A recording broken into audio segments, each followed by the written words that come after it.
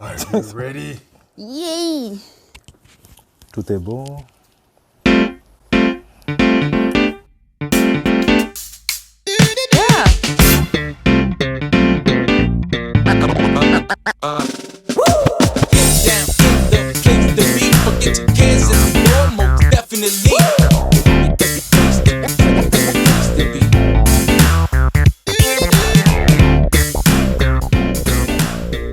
Salut tout le monde! Hey! Salut! Soyez bienvenus à DMCV. Dieu merci, c'est vendredi. Épisode 1. Ouh! Oh yeah. Comment allez-vous, guys? Ça va bien, ça va bien, ça va bien. Et vous? Ça va, hein? C'est vendredi. C'est vendredi. On va dire. La journée la plus attendue de la semaine, car c'est là où on enregistre. Et bien sûr. C'est là que vous êtes assis à nous écouter, Oh yeah! à partager. Exact. Aujourd'hui, je laisse la parole à Émilie qui nous amènera le thème d'aujourd'hui. OK. Donc, aujourd'hui, je ne savais pas, mais bon. OK. Aujourd'hui, on va parler de l'Église. On va se poser des questions sur c'est quoi l'Église, pourquoi aller à l'Église, c'est quoi l'importance d'aller à l'Église. En tout cas, discussion ouverte. Mais sachez que épisode 2, on aura notre pasteur Steve, qui va venir nous éclairer et donner plus d'apport, on va dire, théologique, biblique sur c'est quoi l'Église. So, regardez cet épisode et regardez l'épisode 2 qui va suivre aussi. Donc, messieurs, c'est quoi l'Église? Bonne question. L'étymologie du mot. Bon, ça commence par, je pense, le grec, qui, le mot c'est ecclésia, qui veut dire assemblée. Donc, voilà, l'église, c'est ça, c'est une réunion de membres. L'ensemble d'un groupe, ben, dans ce cas-là, chrétien. OK. Donc, voilà, c'est ça le concept d'église pour moi. OK. C'est parti dans le grec, quoi. C'était parti dans... Il fallait. Wow, dans la définition, quoi. Mais il voulait faire son pasteur. Là. Il voulait faire son... Il veut prendre les points, mais Ouais, attends. ouais. Oh, attends. On a commencé Pasteur Steve, doucement. check. Sam, check, OK. OK, Max-André? Ben, un peu comme ça, hein. C'est une assemblée de gens qui vient louer Dieu ensemble, OK. tous unis dans un même cœur. Puis on vient partager. C'est simple, c'est ça? Ouais, je suis d'accord avec ça. L'Église, c'est le rassemblement de personnes qui ont la même motivation, la même idée, le même cœur. Et c'est le rassemblement pour, justement, rendre gloire à Dieu. C'est ça, comme on met l'accent sur le mot rassemblement et personne parce que souvent, quand on parle d'église, les gens font référence au bâtiment Exact. au lieu des personnes. Exact. En tant que bons chrétiens, nous savons que l'Église, mais c'est vous et moi. C'est nous. C'est nous. C'est vous, c'est nous, c'est toi, C'est vous. c'est lui, c'est elle, c'est eux. Sam, t'es l'Église. Max, c'est l'église Émilie. Yeah, I know, I'm the church. Non, mais plus sérieusement, je pose cette question-là parce que dernièrement, je me demandais, c'est quoi l'Église?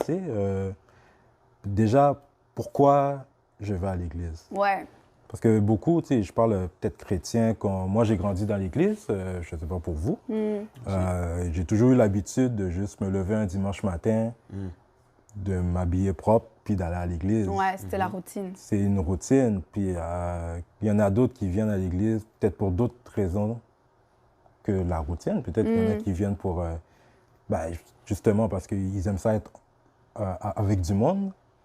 Ouais. Mais Genre, c'est le social, Ouais. genre, c'est la sortie. puis si je vous demande pourquoi vous venez à l'église, Ouais. Par habitude. Moi, franchement, je vais l'avouer. Par habitude, je suis née dans une famille chrétienne. So, dimanche matin, c'était l'église. C'était pas les histoires de... Non, c'était l'église. Donc, c'est ça. C'est par habitude, dimanche matin ou dimanche après-midi, tu es à l'église. Puis après, quand tu grandis, quand tu matures, et souvent quand tu commences à vivre seul, tu sais, dans ton appart, là, tu as le choix. Plus personne va te dire, lève-toi pour aller à l'église, tu vois. Donc, tu y vas un peu parce que ça te rassure au début, tu sais, d'avoir encore ta routine. Puis après, tu te poses la question, mais réellement, pourquoi j'y vais? Parce que Dieu est partout. Il est avec nous quand on est seul, la semaine. Donc, pourquoi le dimanche est si spécial? Pourquoi le dimanche, je vais me rassembler avec d'autres personnes? Puis là, tu sais, tu comprends un peu plus que plus tu avances dans ta foi, plus tu comprends que c'est aussi important d'être ensemble que d'être aussi seul avec Dieu. Et moi, je trouve qu'aller à l'église, c'est important dans le sens où c'est là où tu vas pouvoir, tu sais, rencontrer d'autres chrétiens, partager avec d'autres personnes, recevoir de l'encouragement et aussi donner de l'encouragement. Donc, moi, je pense que l'église, le rassemblement de chrétiens, sert pour justement nous édifier entre nous et rendre gloire à Dieu en groupe. Parce que, tu sais, dans la parole, il y a écrit quand 2 ou 3 se rassemblent à mon nom, je suis au milieu d'eux. Dieu est là, oui. Dieu est là. Ça ne veut pas dire que Dieu n'est pas là quand tu es seul. Il est là aussi. Mais quand on est en groupe, c'est un peu plus spécial. Je ne vais pas dire un peu plus mieux, mais c'est un peu plus spécifique. Moi, je trouve que c'est important d'aller à l'église, mais c'est aussi important de vivre sa relation avec Dieu la semaine, en solo, en one-on-one. Parce qu'on peut voir de nos jours que c'est une nouvelle tendance que beaucoup, ils disent, moi, je peux faire l'église tout seul. Exact, c'est la vérité, mais... Est-ce que c'est la vérité? Est-ce qu'on peut vraiment vivre l'église tout seul? C'est une vérité, mais elle n'est pas complète. Si, je sais qu'il y a eu le COVID qui nous a obligés justement de rester sur Zoom ou YouTube, puis faire l'église en pyjama dans ton lit. Mais la vérité, c'est que, comme on disait tout à l'heure, moi, je dormais, tu sais. On a tous dormi. Si tu n'as pas dormi, là... C'est des menteurs. Arrêtez, là, vous dormez. On a Je tous faisais dormi. des petits déjeuners pendant que... C'est ça. Une grosse table comme ça, t'as le vide. Moi, j'avoue, j'avais des grosses tables. Wow. Non, mais pour vrai, mais pour moi, on ne peut pas vivre l'Église tout seul. Isolé.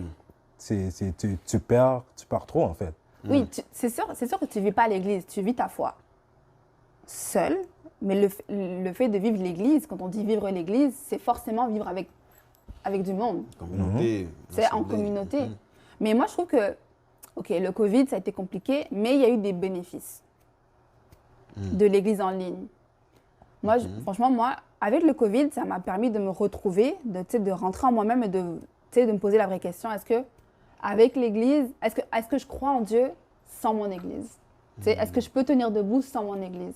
Et moi, je pense que vraiment, le COVID m'a vraiment aidé à affiner ma relation avec Dieu en mode one-on-one. Parce que quand on va arriver devant Dieu, on sera tout seul. Hein? Il ne va pas appeler l'église, le campus, mettez-vous sur le côté. Tu vois? C'est chacun pour soi. Tu vois ce que je veux dire?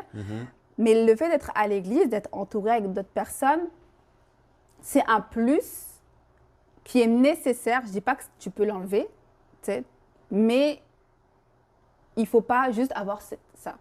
Il faut avoir les deux qui se complémentent. Solo et église.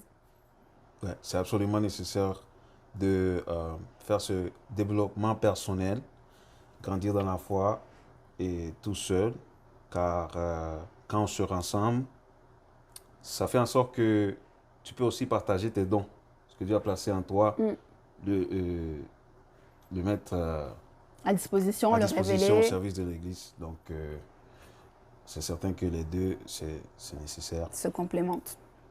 Ouais. Je suis d'accord avec toi, surtout sur le fait de tout seul, c'est vraiment ta relation personnelle avec Dieu. Mais je pense aussi que Dieu nous appelle beaucoup à avoir une relation tout ensemble. Ouais.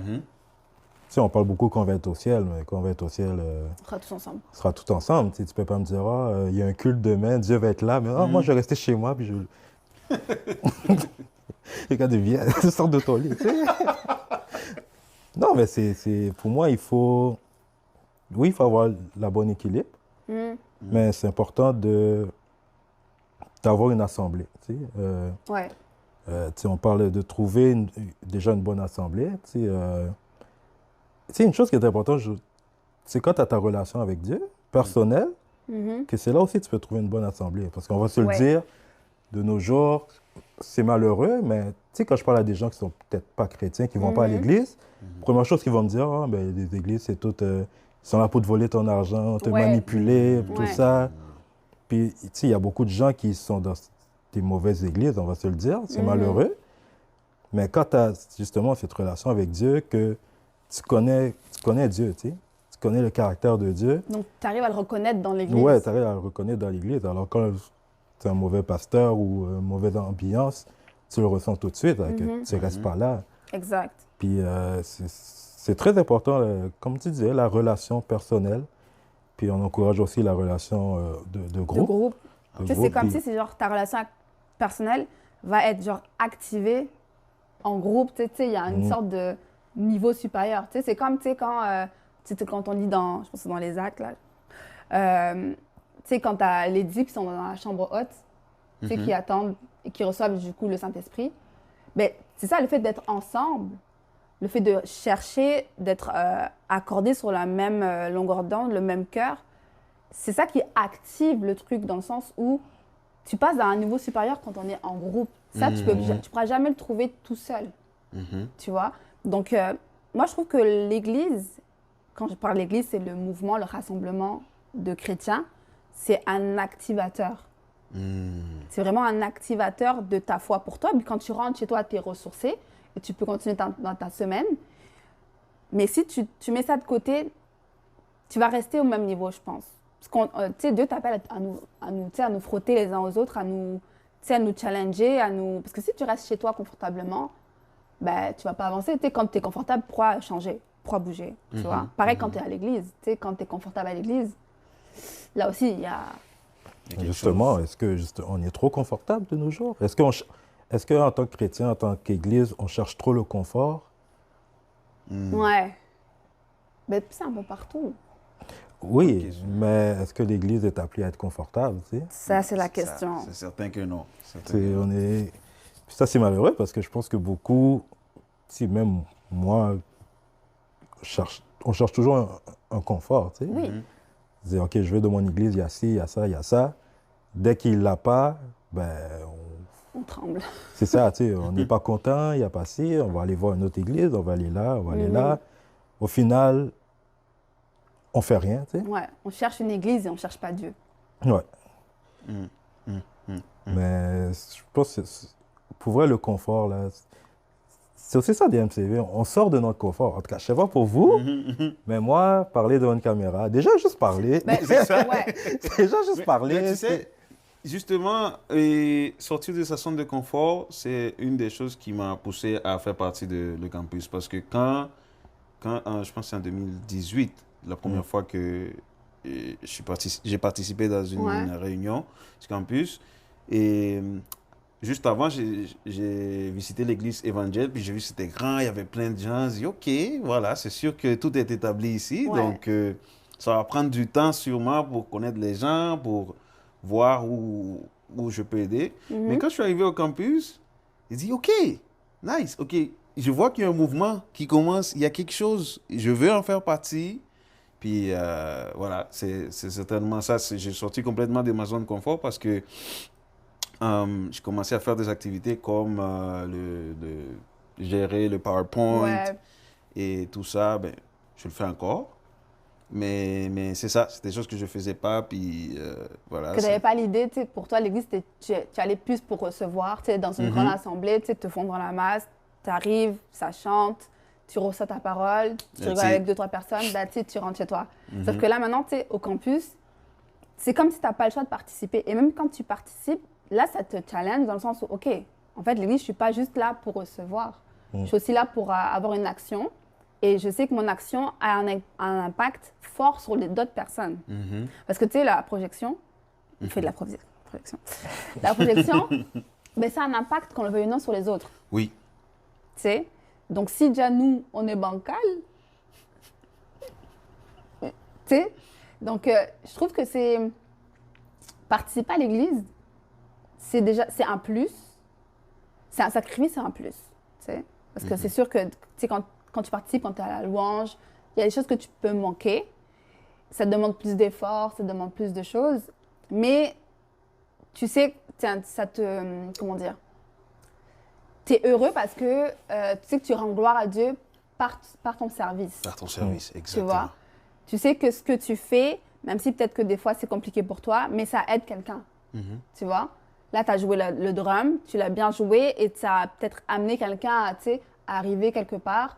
Tu sais, la louange, ça s'est bien passé, donc ça a peut-être amené quelqu'un à, tu sais, à rencontrer Dieu réellement. Tu vois, donc je me dis, l'Église, c'est important.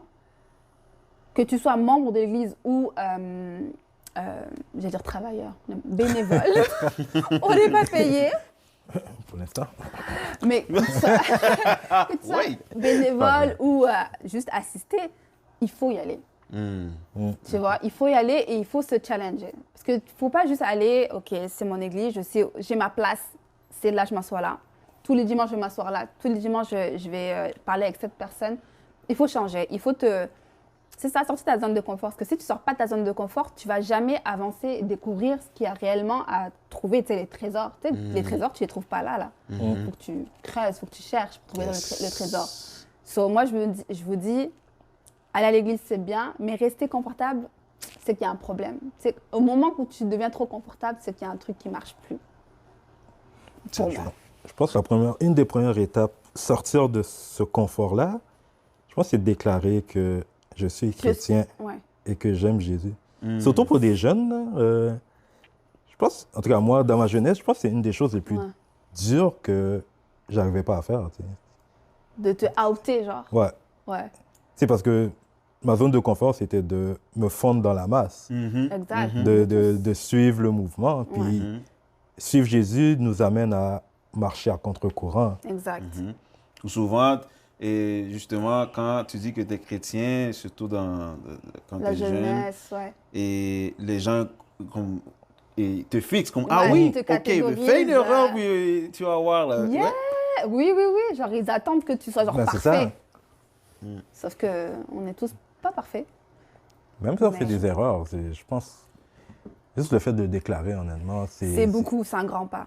Puis c'est vraiment la première étape de, OK, moi, je ne veux pas être confortable dans ma vie, tu sais. Bah oui, on veut être confortable.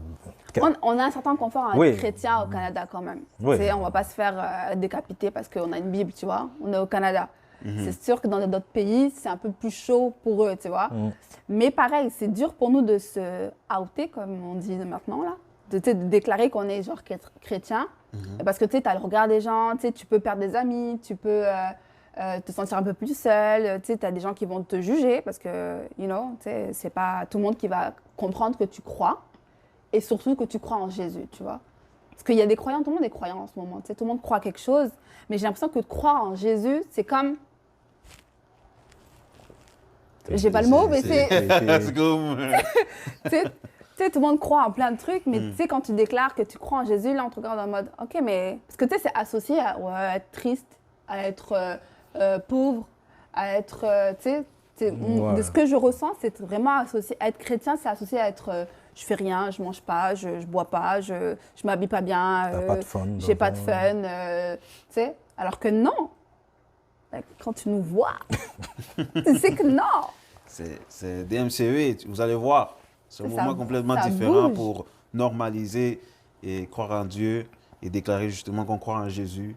C'est fun de croire en Jésus, c'est cool de croire en Jésus, tu sais, c'est... C'est sûr que c'est un... Que je pourrais dire? C'est un sacrifice. Oui. Il faut dire les vrais mots. C'est un sacrifice. Aussi, c'est pas nécessairement facile. Ouais. Si ça serait si facile, je pense que tout le monde... Tout le monde serait chrétien. Ben oui, c'est quelque chose de difficile. Puis c'est pour ça que quand tu lis ta Bible, Paul qui encourage justement dans les églises aux Corinthiens de persévérer. S'il dit persévérer, c'est que c'est dur. C'est dur. Puis c'est un challenge. Puis moi, j'encourage tout le monde justement à persévérer. À persévérer. Mais le truc, c'est qu'on n'est pas tout seul. Ouais, on n'est pas tout seul. Justement, l'Église est là pour nous rappeler qu'on n'est pas tout seul, donc on peut persévérer ensemble. Et c'est sûr que quand tu es en groupe, ben, la souffrance, elle est moindre, je trouve. Parce qu'on se la partage. Donc, c'est moins dur pour toi d'être chrétien quand tu es en groupe que d'être chrétien quand tu es tout seul. Et quand tu vas à l'église, tu fréquentes une église, tu es actif dans ton église, ben là, c'est là où tu prends un peu plus de confiance en toi. Et là, tu vas être plus équipé à je vais dire, défendre ta croyance. Pas défendre, mais à assumer que tu crois en Jésus à l'extérieur. Parce que là, tu vas avoir des exemples avec les gens avec qui que tu vois à l'église. Ils vont te donner des exemples. Ah oui, moi, au bureau, j'ai dit ça et depuis ce jour-là, ben, mes collègues sont cool avec moi. Ah oui, tu l'as fait comme ça, tu t'es déclaré comme ça au bureau. OK, ça peut me donner une idée que comment moi, je peux me déclarer au bureau. Ou, pareil pour les enfants, tu sais, quand ils sont ensemble, ils jouent ensemble, ils vont voir que les enfants sont pareils. Donc, pourquoi mes collègues ou mes camarades de classe ne vont pas pouvoir m'accepter parce que j'aime Jésus, tu sais? Donc, moi, je me dis, l'Église, c'est vraiment important. Et l'Église sert à ça.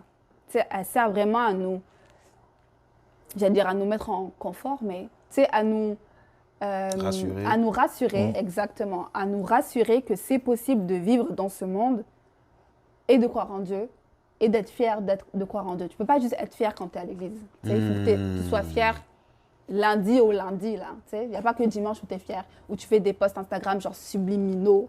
You know, tu mets un verset, mais tu ne mets pas le chapitre ou tu mets juste le mot comme ça, tu dis ouais, non, j'ai entendu dans une musique, ça disait ça. Non, non, dis-le que c'est dans la Bible, page 4. Tu vois ce que je veux dire? Soyons des vrais chrétiens. Ouais, 100%.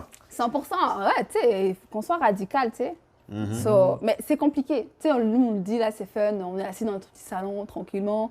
C'est fun, oui, soyons radical. Mais day to day, c'est dur. C'est dur, absolument. Day to day, il faut le dire, c'est dur. Quand tu as des amis d'enfance, que tu as grandi avec eux, tu t'es pas déclaré, et que maintenant, tu grandis avec eux, et là, tu dis, ouais, ben moi, je crois en Jésus. T'as changé, là, qu'est-ce qui se passe?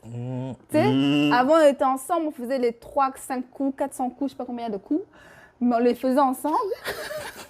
Et là... Emilia, qu'est-ce que tu veux partager? Non, mais et là, tu me dis, tu crois en Jésus, ça veut dire que là, tu arrêtes de faire tout ça? Ou ça veut dire que là, t'as changé? Pourquoi t'as changé? On va dire, t'as changé. Pourquoi t'as changé? Sauf que t'étais toujours comme ça avant. Sauf que là, tu le déclares et les gens vont penser que, ben, vu que tu l'as dit, ben, ça y est, t'es plus fun comme t'étais avant. Sauf que non. Tu vas être encore plus fun. Certes, il y a des choses que tu vas pas faire, tu vas plus faire, mais tu restes la même personne. Tu restes la même personne. So, l'Église, c'est important. Mais ta relation avec Dieu aussi est aussi importante, à niveau égal. Certain.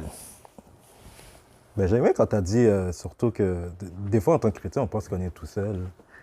Je sais pas pour vous, est-ce que des fois, vous allez dans des rassemblements Moi, en tout cas, ça me frappe toujours à quel point que, on est beaucoup. Hein? C'est clair, on est beaucoup. On est beaucoup, on n'est pas... Tu dis... Je sais pas, quand tu vas dans un rassemblement... Dans un concert chrétien. Ok, ou, oui, on est nombreux. On est nombreux, puis oui. t'es comme moi. Mais on ne se reconnaît pas. Parce que, ben, déjà, on n'a pas de signe distinctif. Là, dans la rue, on passe genre, oh, ça c'est un chrétien. T'sais, on n'a pas de... C'est ça, c'est... de quelque chose qui nous... Mais on devrait. Tu sais, ce qui est drôle, c'est quand tu croises, je sais pas, un collègue de travail dans un truc à l'église. T'es chrétien, toi? C'est ça, tu vois? Alors qu'on devrait normalement se reconnaître dans nos attitudes, dans la manière dont on parle, dans la manière dont on s'habille, tu sais.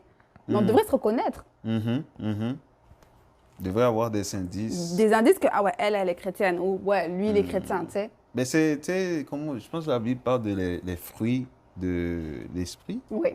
Voilà, justement, ça, c'est dans nos actions, ce qu'on fait, de quoi on parle. Et c'est là où on peut se reconnaître. Je pense que c'est le seul moyen. De quoi tu parles. Tu nourris ton âme avec quoi? Parce que ce qui sort de toi, c'est exactement ça, ce que les gens, avec quoi les gens vont t'identifier. Dire, ah oui, ok, cette personne-là, elle pense comme ça, elle parle toujours de ça. Et puis quand tu vas déclarer à tout le monde que tu es chrétien, on va dire, ah, mais c'est pour ça que.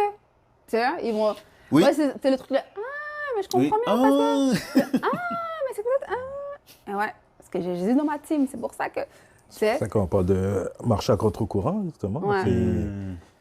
Quand t'es avec tes amis, puis ça parle de filles, puis toi, tu non. Sinon, t'as des amis en train de se moquer de quelqu'un, puis toi, tu dis non, je vais pas me moquer de la personne. Tu t'embarques pas dedans. Ton comportement est différent, tu sais. Ouais. Jésus nous appelle à être différents, puis comme on disait aussi au début, l'Église, c'est pas une bâtisse, c'est nous. Alors, si nous, qui sommes l'Église, on est un mauvais témoignage, ouais. C'est sûr que les gens vont avoir une mauvaise représentation de c'est qui Jésus. Donc, ça commence par nous, comment on représente Jésus entre nous, et à l'extérieur, pour que l'extérieur comprenne comment on réfléchit, comment on bouge. Et puis là, ils vont peut-être mieux accepter Jésus, en fait. C'est sûr que si on le représente mal, ils vont pas aimer, tu sais. Ils vont dire, mais Jésus, là, c'est bizarre, là, cette affaire-là. Ils sont tous tristes, là. Tu vois? Ils sont pas d'argent, ils sont tristes, là. C'est quoi ça? Tu vois? Mais non, c'est à nous de représenter Jésus comme Jésus est. Donc, il ne faut pas non plus représenter des trucs que Jésus n'est pas là. Il ne faut pas aller dans les extrêmes non plus, mais ce que tu as compris de Jésus dans ta Bible et ce que tu as appris de Jésus ensemble, c'est ça que tu dois représenter pour que les gens à l'extérieur puissent connaître Jésus et avoir cette envie de plus, tu vois. Mais sans ça, tu ne vas jamais pouvoir faire notre mandat, c'est quoi? C'est aller et faire des nations des disciples. Ça, tu ne pourras jamais le faire si toi-même, tu n'es pas un disciple et si toi-même, tu n'as pas compris l'image de Jésus et tu ne la reflètes pas. Moi, c'est comme ça que je le vois, tu sais. Donc, l'Église est important, je l'ai dit 4 fois. Mais l'Église, en tant que rassemblement de personnes, est importante. Donc, à toi de trouver ton Église baptiste, tu vas la trouver. Baptiste, quand je dis baptiste, c'est l'édifice. Je n'ai pas de dénomination, je ne sais pas là. Mais j'ai dit, quand tu trouves ta maison, Église, comment dire, trouve-la. Puis quand tu l'as trouvée, essaie de t'impliquer dedans. Essaie de te challenger, de te confronter, de te frotter. Puis après, tu n'auras pas du mal à quitter ton église aussi après, tu sais. Les gens qui sont dans leur église, qui restent là-dedans pendant 25 ans, pourquoi tu restes là-dedans? Est-ce que tu restes là-dedans parce que tu es confortable? Est-ce que tu restes là-dedans parce que tu as peur de quitter? Parce que tu ne sais pas qu'est-ce qu'il y a autour? Normalement, je pense que quand tu rentres dans une église, tu es amené à rentrer et à partir à un moment donné. Pour pouvoir ouvrir d'autres, tu sais. Bon, je ne dis pas que tu vas devenir pasteur et ouvrir une église. Moi, je dirais que ça dépend de ton appel aussi. Oui, mais tu es appelé à aller dans d'autres églises, visiter d'autres églises pour que déjà vérifier et faire en sorte qu'on soit dans une harmonie, tu sais. Parce que si tu restes dans ton église, que tu connais juste ton église, ta vérité dans ton église, tu matures juste dans ta case, tu sais, à un moment donné, tu vas avoir la shape de ton église. Mais si tu ne vas pas dans une autre église pour voir c'est quoi la forme, moi je trouve qu'il faut que tu visites d'autres églises.